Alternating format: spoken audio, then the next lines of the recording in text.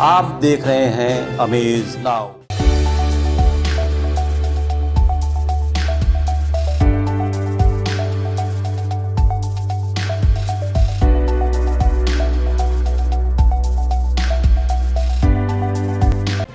आज के दौर में मोबाइल भी एक आधुनिक फैशन बन चुका है।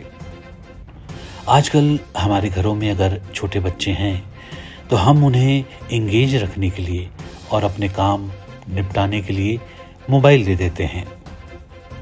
लेकिन अगर आप भी ऐसा कर रहे हैं तो फिर संभल जाइए, क्योंकि ऐसा करना आपके बच्चों के लिए खतरनाक हो सकता है।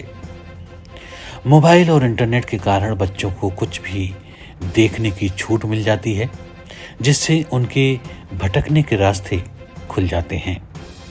उनमें न्यूरोलॉजिकल डिसऑर्डर का भी खतरा हो जाता है। विश्व स्वास्थ्य संगठन ने स्मार्टफोन के उपयोग से बच्चों को होने वाले जोखिम को पहचान कर उसका इलाज भी शुरू कर दिया है। सबसे बड़ा खतरा तो ये भी है कि बच्चे मोबाइल के साथ अकेले में अधिक रहना चाहते हैं। ऐसे में वे मम्मी पापा, दादा दादी, नाना नानी जैसे पारिवारिक रिश्तों से दूर होने लगते हैं। वे सामाजिक तौर पर विकसित नहीं हो पाते, जो उनके मेंटल हेल्थ के लिए ठीक नहीं होता। डिजिटल दुनिया में अधिक रहने से उनके मन से मानवता की भावनाएं, दया, करुणा, आदर, सम्मान, प्रेम, आपसी सद्भाव सब कुछ दूर होता जाता है। यहाँ तक कि उन्हें अपने मम्मी पापा, भाई बहनों से भी कोई लगाव नहीं रह जाता। कम उम्र के बच्चों के मोबाइल के इस्तेमाल के आंकड़े बहुत ही चौंकाने और चिंतित करने वाले हैं। 6 साल के बच्चे अगर 5 घंटे भी मोबाइल यूज करते हैं तो उन्हें आगे चलकर याददाश्त खोने की समस्या हो जाती है। वे शॉर्ट टर्म मेमोरी के शिकार हो जाते हैं। उनकी आंखें सीधे प्रभावित होती हैं। उनमें जलन, सूखापन, थकान जैसी समस्याएं पैदा होने लगती हैं। मोबाइल पर उनकी पलकें कम झपकती हैं, जिससे वे विजन सिंड्रोम के भी शिकार हो जाते हैं। आजकल देखा गया है एक अजीब ही सी प्रॉब्लम स्टार्ट हो गई है कि छोटे बच्चे हो, चाहे 1 महीने का बच्चा हो, चाहे 6 साल का बच्चा हो, चाहे 16 साल का बच्चा हो, सभी को मोबाइल का एडिक्शन हो गया है। चाहे उस मोबाइल में उनके कुछ काम की चीज़ है कि नहीं, एंटरटेनमेंट वाली चीज़ है कि नहीं, बस मोबाइल सामने होना चाहिए। ये एक प्रकार का एडिक्शन है। इसके लिए कोई एज क्राइटेरिया नहीं है और इसके बहुत सारे दुष्परिणाम हैं। सबसे पहला तो ये है कि कोविड के टाइम के बाद से ये स्पेशली स्टार्ट हुआ है। शुद्ध हिंदी बोलना है कि ये स्टार्ट हुआ है कि बच्चे जो पहले जितने, मान लीजिए 10% बच्चों में माइनस में पावर होता था, दूर की दृष्टि कम होती थी, अब ऐसे बच्चों की संख्या बहुत बढ़ गई है जिनकी दूर की दृष्टि जो है बहुत कम है या माइनस में पावर है। जिनको पतला चश्मा लगता था उनको मोटा चश्मा लगने लग गया, और जिनको पहले चश्मा नहीं था उनको काफ़ी हाई पावर का चश्मा आ गया। वो इसलिए है कि हम लगातार मोबाइल देख रहे हैं, तो मोबाइल की रोशनी कहीं ना कहीं हमको, हमारी आंखों को नुकसान पहुंचा रही है। इसका समाधान तो बहुत सिंपल है। थोड़ा हम लोगों को, माँ बाप को, पेरेंट्स को मेहनत करनी है। बच्चे जब बोर हों, बच्चे जब परेशान हो रहे हैं, तो मोबाइल पकड़ाने की बजाय हमको एक्टिवली, जैसे हमारे माँ बाप हमारे साथ करते थे, दूसरे तरीक़ों से उनको खुश करना, उनको एंटरटेन करना हमको सीखना पड़ेगा। खास इसको सिंड्रोम कहेंगे जो लगातार मोबाइल पे देखते हैं, चाहे बड़े लोग जॉब के लिए या बच्चे, तो उसकी वजह से सिंड्रोम होता है, कंप्यूटर विजन सिंड्रोम। उसमें आंखों में ड्राइनेस की प्रॉब्लम आती है। हम पलक झपकाना भूल जाते हैं जब हम स्क्रीन पे देख रहे होते हैं, जिसकी वजह से आंखों में सूखापन आता है। तो उसके लिए हम लोग जो है लुब्रिकेटिंग ड्रॉप्स देते हैं, आंख को गीलापन बनाए रखने के लिए आंख का। साथ ही आंख में जो है ये थकान, क्योंकि हम जब दूर देखते हैं तो आंखों की मांसपेशियों को उतना काम नहीं करना है, लेकिन हम जब लगातार नजदीक देख रहे हैं आंखों की मांसपेशियों को काम करना पड़ता है। तो लगातार मांसपेशियां काम करते करते आंखों में थकान बहुत बढ़ जाती है। तो ये दो मेन आंख से रिलेटेड, आंख संबंधी समस्याएं है कंप्यूटर विजन सिंड्रोम में। इसके अलावा और भी समस्याएं होती है, जैसे गर्दन में दर्द, सिर में दर्द, बैक। इस तरह की शिकायत आने पे सबसे पहले गार्जियन को क्या करना चाहिए? बच्चे को कोई भी समस्या है, जैसे बच्चे की आंखें बार बार लाल हो रही हैं, बार बार बच्चा आंख मल रहा है, टीचर की स्कूल से अब शिकायत आई है कि बच्चा जो है ब्लैक बोर्ड पे जो लिखा जाता है गलत नोट करता है, तो ये सब दर्शाता है कि बच्चों को डॉक्टर को दिखाने की ज़रूरत है। तो सबसे पहले पावर चेकअप होगा, देखा जाएगा आंख में सूखापन है कि नहीं, उसी के हिसाब से दवाई दी जाएगी और जो चश्मे का पावर है वो करना है। साथ ही आपको बताया जाएगा, और खुद भी सभी लोग जानते भी हैं, जितना हो सके बच्चों को मोबाइल से, टीवी से, लैपटॉप से दूर रखना है। ऐसा नहीं लगता था कि ये एक बीमारी तो आगे लगी, बीमारी के जनक उनके माता पिता ही हैं? जी हाँ, वो तो है ही। थोड़ा सा हम जैसे माँ बाप को बताते हैं ये सब चीज़ें, तो उनको थोड़ा सा बुरा लगता है कि हम कैसे ऐसा बोल रहे हैं, लेकिन फैक्ट तो यही है, सच बात तो यही है। हम मेहनत नहीं करना चाहते हैं कि बच्चा अगर रो रहा है कि उसको खिलाएं, बाहर ले जाएं घुमाने। हम खुद भी मोबाइल देख रहे हैं तो हम सोचते हैं बच्चे को भी मोबाइल पकड़ा दें। तो थोड़ा हमको अपने से मेहनत करना सीखना पड़ेगा। तो दूसरा सवाल ये है कि रेनी सीजन आ चुका है, मानसून का सत्र है, और इसमें भी आंखें बड़ा परेशान करती हैं आमतौर पर। तो इससे बचने का लक्षण और बचने का क्या? जी, रेनी सीजन में जो है कीटाणु ज़्यादा पनपते हैं, और कीटाणुओं को एक जगह से दूसरी जगह पहुंचाने का काम आमतौर पे मक्खियां करती हैं, और उसके अलावा मच्छर और बाकी के कीड़े मकोड़े होते हैं। तो हम कहीं भी बाहर जाएं बरसात के मौसम में, तो कोशिश करना है कोई भी ऐसी जगह जहाँ पे गंदगी हो सकती है, बार बार हाथ ना छूना पड़े आपको, और छूना भी पड़ता है हमको तो आँख में नहीं डायरेक्टली छूना है। घर में आके पहले हाथ धोइए, या रास्ते में भी अगर आपको आँख में छूने का मन कर रहा है तो आप रुमाल इस्तेमाल कर सकते हैं। लेकिन आपको वही हाथों से अगर आप आँख में लगाएंगे हाथ, तो हो सकता है आपको भी इन्फेक्शन हो जाए। साथ ही अगर आप चश्मा पहनते तो चश्मा पहनिए, तो ये हवा के द्वारा जो भी कीटाणु आते हैं वो नहीं आएंगे। कोई घरेलू उपाय? ऐसा कोई नुस्खा नहीं होता है सब चीज़ के लिए। कोई भी वायरस से या बैक्टीरिया से हमको बचाना है, उसके दो ही उपाय होते हैं। वायरस या बैक्टीरिया अपने शरीर में ना जाए, तो उसके लिए प्रोटेक्शन चाहिए, बचाव चाहिए, एक बैरियर चाहिए हमको।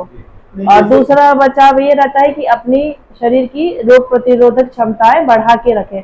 तो उसके लिए मौसम के अनुसार जो फल और सब्जियां हैं वो खाइए। अच्छा, आमतौर पर इस दौरान शिकायत होती है आंखों में जलन, घबराहट होती है, तो इसके लिए कुछ आप प्रेफर करते हैं? कुछ कोई ऐसा चीज कुछ भी? अगर सिंपल ड्राइनेस है, सूखापन है, तो उसके लिए ड्रॉप आती है जो आंसू के जैसा काम करती है। इन्फेक्शन है तो देखना रहता है कि किसका इन्फेक्शन है, बैक्टीरिया है, वायरस है, फफूंद है, क्या है।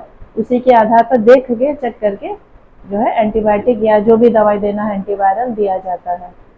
अगर सर्दी जुकाम के साथ अगर आँख आ रही है तो आमतौर पर 5-6 दिन में ठीक हो ही जाता है, आँख की रोशनी को नुकसान नहीं पहुँचाता है।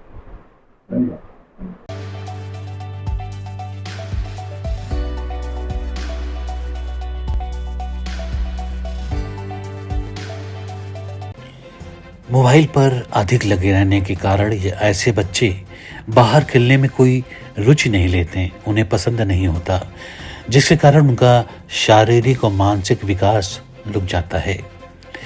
कैंसर, अर्थराइटिस, अल्जाइमर और हार्ट डिजीज भी उनमें पैदा हो रहे हैं, ऐसा संकेत मिल रहा है।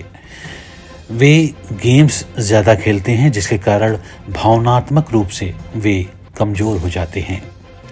उनके अंदर आक्रामकता, चिड़चिड़ापन और कुंठा की भावनाएं विकसित हो जाती हैं। ये भी देखा गया है कि वे जिस कार्टून कैरेक्टर को फॉलो करते हैं, उनके आचरण में भी उसका प्रभाव दिखने लगता है। अक्सर माँ बाप छोटे बच्चों को खाना खिलाने या दूध पिलाने के लिए उनके हाथों में मोबाइल दे देते हैं। उनका ध्यान खाने पर तो होता नहीं, इसलिए वे या तो बहुत कम खाते हैं या बहुत ज़्यादा, जिससे ओवर ईटिंग या लेस ईटिंग की समस्या पैदा हो जाती है और जिसका विपरीत प्रभाव उनके शरीर पर होता है।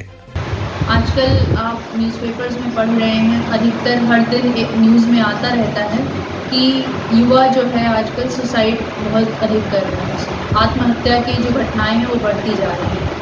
कहीं ना कहीं इसकी रूट कॉज जो वजह देखेंगे वो ऐसे ही हम बचपने में पेरेंट्स जिस तरह से पेरेंटिंग कर रहे हैं बच्चों का, मोबाइल फ़ोन उसमें एक महत्वपूर्ण भूमिका निभा रहा है। क्योंकि जहाँ बच्चे गार्जियन से जुड़ते थे, अपने परिवार से जुड़ते थे, आज वो मोबाइल से जुड़ते हैं और मोबाइल में जो कंटेंट आता है उसमें हर तरह का कंटेंट है। अगर एक 60 वर्ष का व्यक्ति भी मोबाइल फ़ोन देख रहा है तो उसको जो कंटेंट दिखाई दे रहा है वही एक 6 महीने के बच्चे को भी कंटेंट दिखाया जाता है। उसका कोई कंट्रोल नहीं है। तो धीरे धीरे वो हर तरह के कंटेंट से एक उम्र से पहले ही वो सब कुछ जानना, और एक तरह से अच्छा भी है कि आप वहाँ से नॉलेज ले रहे हैं, लेकिन ज़्यादा बुरा है क्योंकि वहाँ कोई नियंत्रण नहीं है। और कोई भी व्यवहार जब नियंत्रण में ना हो तो वो आपके लिए समय के साथ जो है वो एक आपदा ज़रूर लेके आएगा। और यही कारण है कि अभी हमें कुछ घटनाएं आत्महत्या की दिखाई दे रही हैं, लेकिन मोबाइल फ़ोन में ज़्यादा रहने की वजह से बच्चों में डिप्रेशन, एंग्जाइटी, इस तरह की समस्याएं बढ़ती जा रही हैं। और क्योंकि ये समस्याएं बढ़ रही हैं तो हमें शुरुआत में तो इनका अंदाज़ा नहीं लगता, लेकिन धीरे धीरे वो फिर उन्हीं बच्चों में आत्महत्या जैसी या परिवार के खिलाफ जाने की या आक्रामक व्यवहार बहुत अधिक करने की, ठीक है, लोगों से जुड़ने की नहीं, या अलगाव का व्यवहार करने की, ये सब घटनाएं बढ़ती जा रही हैं समाज में। तो कहीं ना कहीं इसके लिए उनसे ज़्यादा पहले काउंसलिंग की उनके मदर फादर की आवश्यकता है। बिल्कुल। और अगर आप किसी गार्जियन से पूछेंगे, किसी मदर फादर से पूछेंगे तो कहेगा हम फ़ोन देना नहीं चाहते, हम मजबूरी में दे रहे हैं। लेकिन ऐसी कौन सी मजबूरी है जो आपके बच्चे से बढ़ती है? आप अगर उन्हें ये पता हो, अगर गार्जियन को ये पता हो कि आगे भविष्य में उनके बच्चे के लिए अच्छा नहीं है, तो शायद वो उसको चाहे जिस भी विधि से हो रोकेंगे। क्या यह वही पॉइंट है जो मनोरोग उत्पन्न करने का, और एक तरह से वो उसका शिकार हो रहा है? बिल्कुल। वास्तव में अब वो समय आ गया है जब हमें इस विषय को गंभीरता से लेना होगा। अगर हम अपने काम के लिए, घर में शांति के लिए बच्चों को फ़ोन दे रहे हैं तो फ़ोन पर कंट्रोल का यूज़ भी करें। मसलन बच्चे क्या क्या कर रहे हैं इसकी जानकारी हम सबको होनी चाहिए। छोटे बच्चे फ़ोन के लिए चीखने चिल्लाने लगते हैं, ज़मीन पर लोटने लगते हैं। ऐसे में अगर मम्मी मोबाइल देने से मना कर रहे हैं तो पापा को भी उनका समर्थन करना चाहिए। किसी एक के नरम पड़ने से बच्चे समझ जाते हैं कि अगर वो ज़िद करेंगे तो उनका काम जरूर होगा, उनकी ज़िद जरूर पूरी होगी। साथ ही साथ बच्चों के लिए स्क्रीन टाइम सेट करना होगा। कोशिश करनी होगी कि उन्हें बेसिक फ़ोन ही दें जिससे वो सिर्फ कॉल ही कर सकें। जब बच्चा सोने जाए तो उससे 1 घंटे पहले तक उसे फ़ोन से दूर रखना होगा।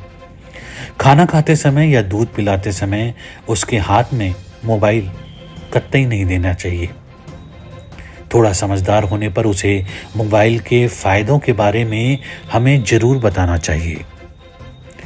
उसे सामाजिक और पारिवारिक रिश्तों का महत्व ज़रूर बताना चाहिए।